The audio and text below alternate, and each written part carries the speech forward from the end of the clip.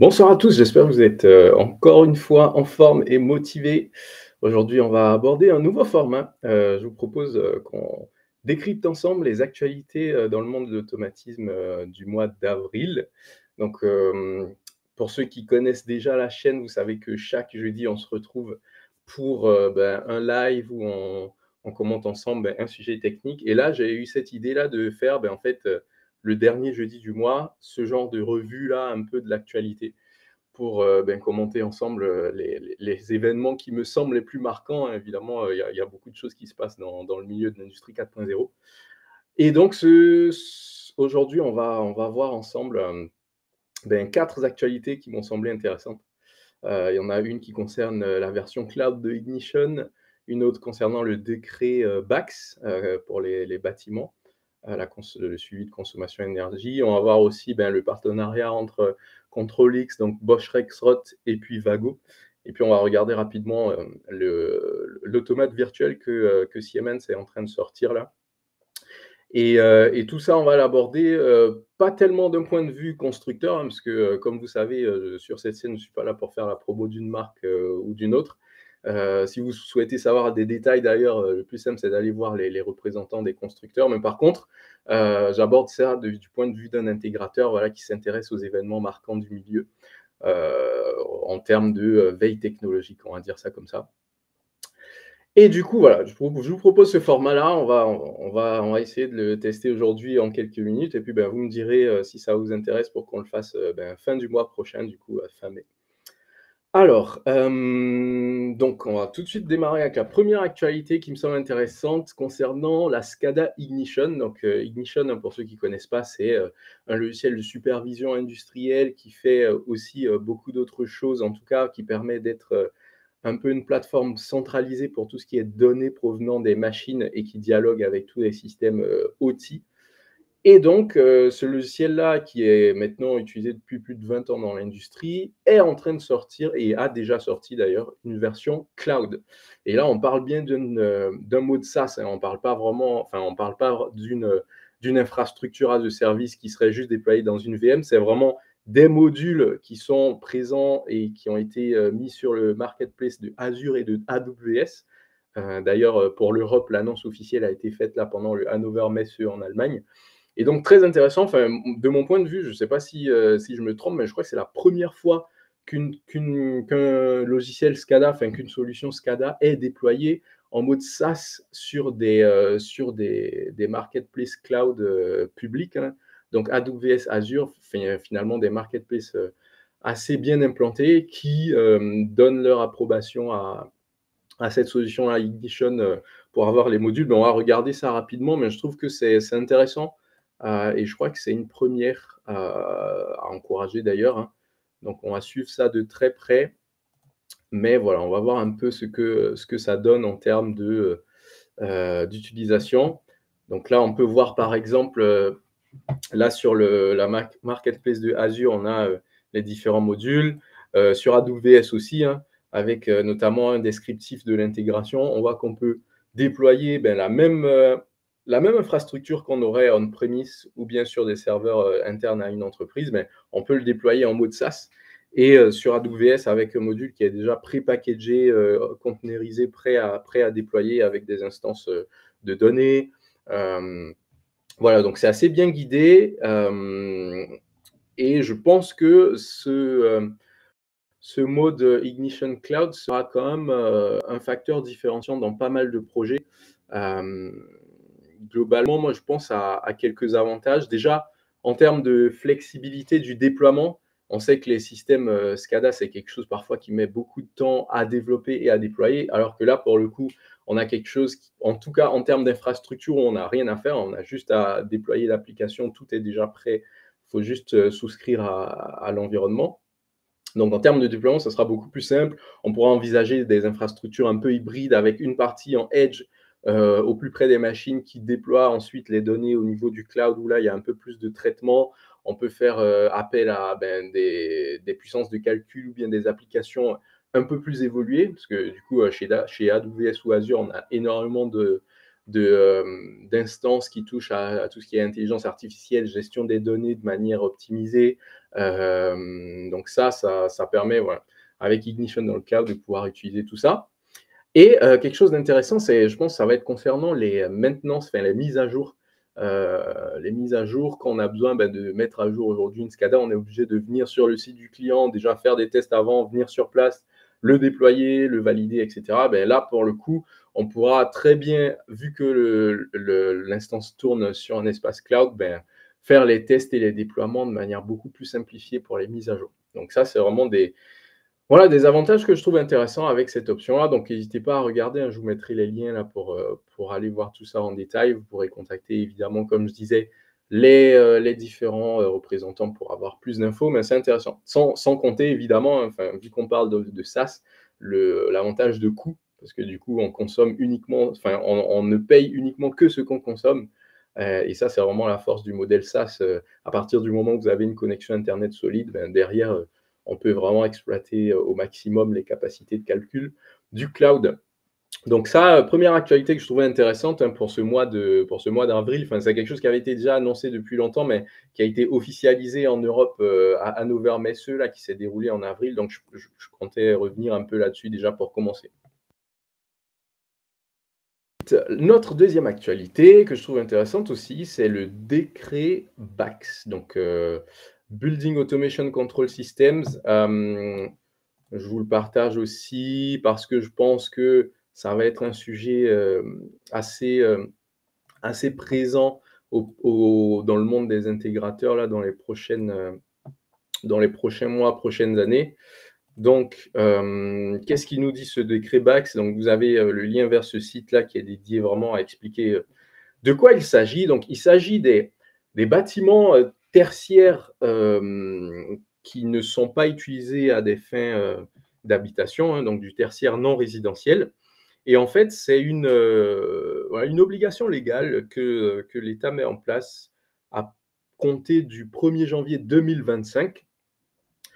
Tous les bâtiments qui dépassent une certaine puissance de consommation, donc là, typiquement 290 kilowatts, devront être équipés d'un système de mesure de leur consommation énergétique. Et ça, le but final, c'est de pouvoir optimiser un peu les consommations énergétiques de ce genre de grands bâtiments-là, parce qu'on sait que, notamment avec les différentes crises qui se succèdent, la consommation énergétique, ça devient un enjeu important. De toute façon, ça l'a toujours été, et donc je pense que c'est un bon point qu'il y ait cette obligation légale-là qui commence à être renforcée. Alors, pourquoi c'est intéressant pour les intégrateurs? Parce que ça veut dire qu'évidemment, il y a beaucoup d'acteurs du monde du tertiaire non industriels, donc les bâtiments professionnels, les grands buildings, certains bureaux d'industriels. On ne parle pas de l'usine en elle-même, parce que là, pour le coup, c'est un bâtiment à but productif, mais pour les bâtiments, les bureaux de grandes entreprises, mais là, pour le coup, on va commencer à solliciter énormément les intégrateurs pour déployer des systèmes de mesure énergétique, pour optimiser, enfin mettre en place voilà, des moyens d'optimisation.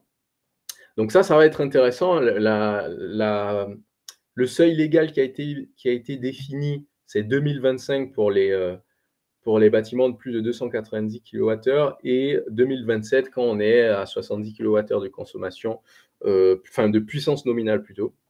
Donc là, ça touche à plusieurs choses, hein, vraiment chauffage, ventilation, éclairage, tout ce qui peut consommer de l'énergie est concerné.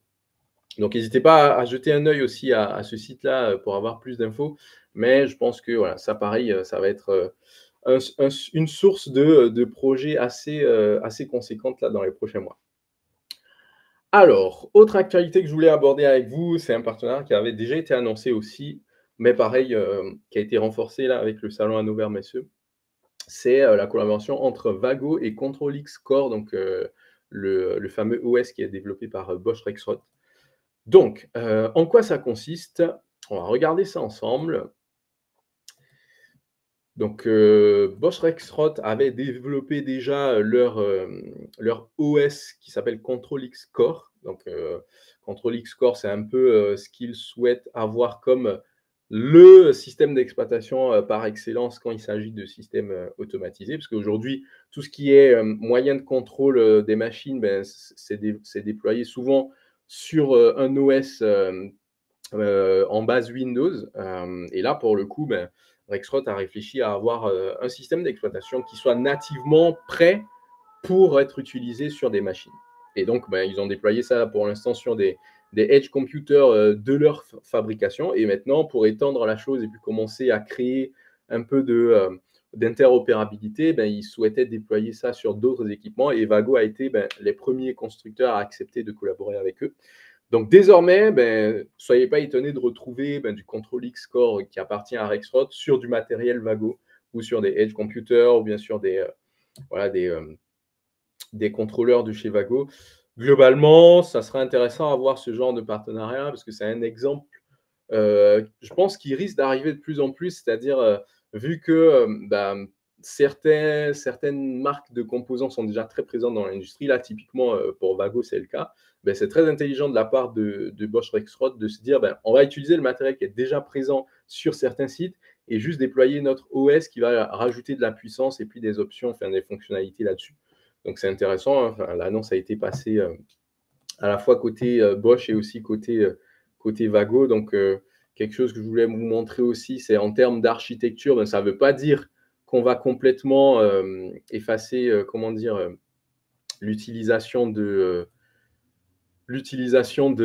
edge computers de chez Rexroth, hein. Au contraire, on va pouvoir ben, plutôt faire des modes hybrides comme ça où on a ben, le contrôleur de Rexroth qui existe et puis aussi d'autres contrôleurs Vago qui pourront aussi supporter cet OS-là.